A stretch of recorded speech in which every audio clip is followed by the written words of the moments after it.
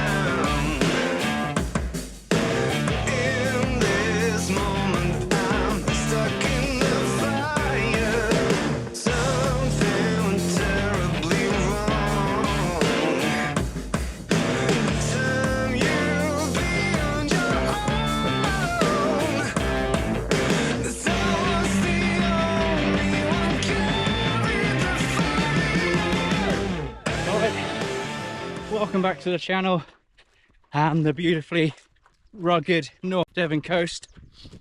So today is my first impressions review of the Challenger 7. This is HOKA's all-terrain trail shoe, kind of a road to trail, do it all beast. We're heading along the coast today through a decent mixture of trails. There'll be some tarmac sections. There's this sort of grassy, muddy, hard mud sections, as well as some rocky, some tricky technical stuff. So pretty much everything you could think of to give this shoe a good test and a run in, and to see if I want to wear it for my 24-hour ultra in a couple of weeks. I'm a big fan of HOKA's Speed Goats. The last pair I ran in, the Speed Goat 5, lasted me a good couple of years. Just coming to the end of the life. And HOKA have just released the Speed Goat 6. I was just about to press buy when the Challenger caught my eye. And I thought, you know what, give those a go. They sound quite interesting. So, my first time in Challengers. I know they've made some pretty big changes from the Challenger 6, mostly to the outsole. So they've redesigned the outsole and they've kind of mimicked or took inspiration from a gravel bike tire. And they do kind of look gravel bike-esque. Kind of looks like they've cut a gravel bike tire and just sort of stuck it onto the shoe in some ways. But you've got some 4mm lugs. They've made changes to the rubber as well. So HOKA say this should be more durable than the 6. And other changes to the shoe, I think they've added more foam at the back, so they've increased the stack height whilst maintaining a 4mm drop across the bed of the shoe. In terms of weight, I haven't put them on the scale yet,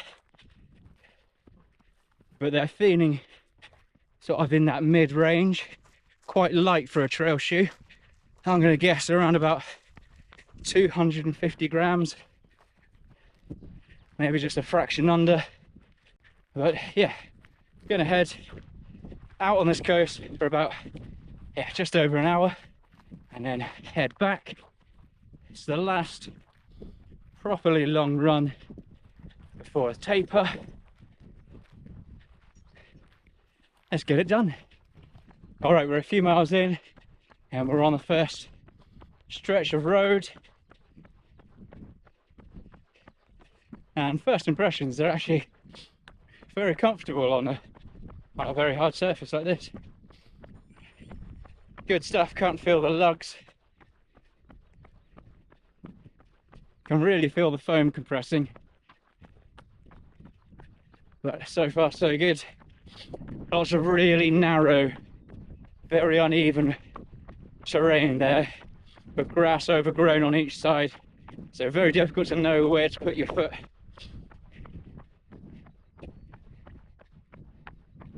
And it's highlighted a little bit of a limitation of this shoe early on in the review, but I'm going to get another half an hour done, turn around, and then give you my first thoughts.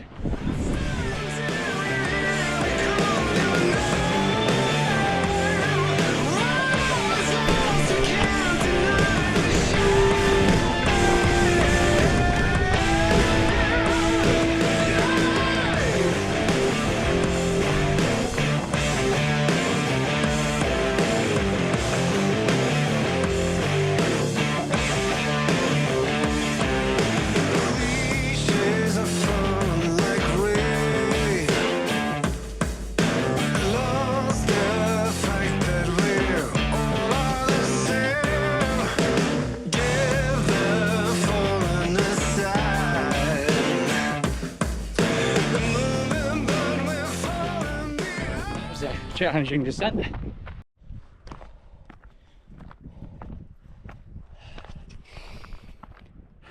it looks steep on camera, it probably is very steep.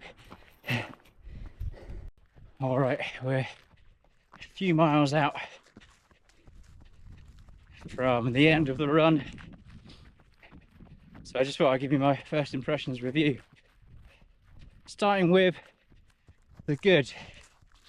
So the traction's really cool, really enjoying that kind of, yeah, faultless grip, throwing all sorts of surfaces at it, really loose stuff, fairly slippery grass, slippery rock, really steep descents, and not once have I slipped, lost grip because of the traction, so I have really good confidence in them. And then moving on to the midsole, right from that sort of first moment you put your feet into the shoe, some shoes do this, they just feel comfortable and nice to wear right off the bat, and it's the same with the Challenger 7. Feel like they've got a fairly high arch, and my whole foot just feels quite snug and well supported, but plenty enough room in that toe box, so when you are going down on those steep descents, you're not bunching up at the front.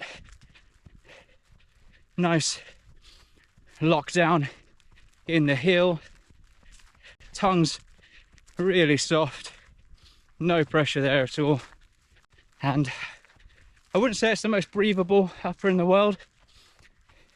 Feels quite thick and plush, maybe compared to the Speed Goat. The upper feels quite stiff at the moment. I think in another 20 miles or so they'll loosen up and they'll get used to that kind of bending at the forefoot. But it's a good fit overall, very comfortable shoe.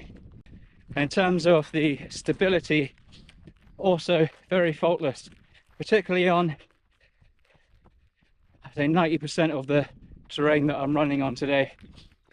The rolling sections really stable, and it's actually a really fun shoe to run in. So a little bit of a scenery change and a costume change. Out on the coast the other day, reviewing the Challenger 7s, and the wind really picked up, so it just became impossible to talk to the camera. Well, basically what I'm saying is that HOKAs always look like they're going to be soft and squishy. They're always a lot firmer than they look. That kind of leads me to one of the limitations of the Challenger. I'm wearing them right now. I'm on lap 4 of 24-hour ultra video will be coming up after this one, and they're fairly rigid, which is nice on sort of rolling terrain. It's fairly flat,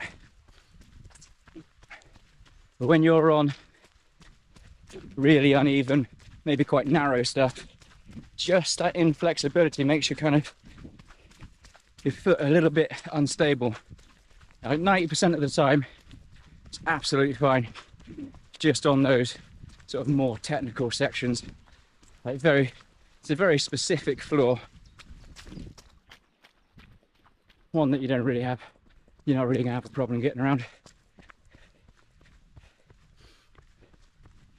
And yeah, 20 miles in them today, well, nearly 20 miles in them today so far, and they're doing all right.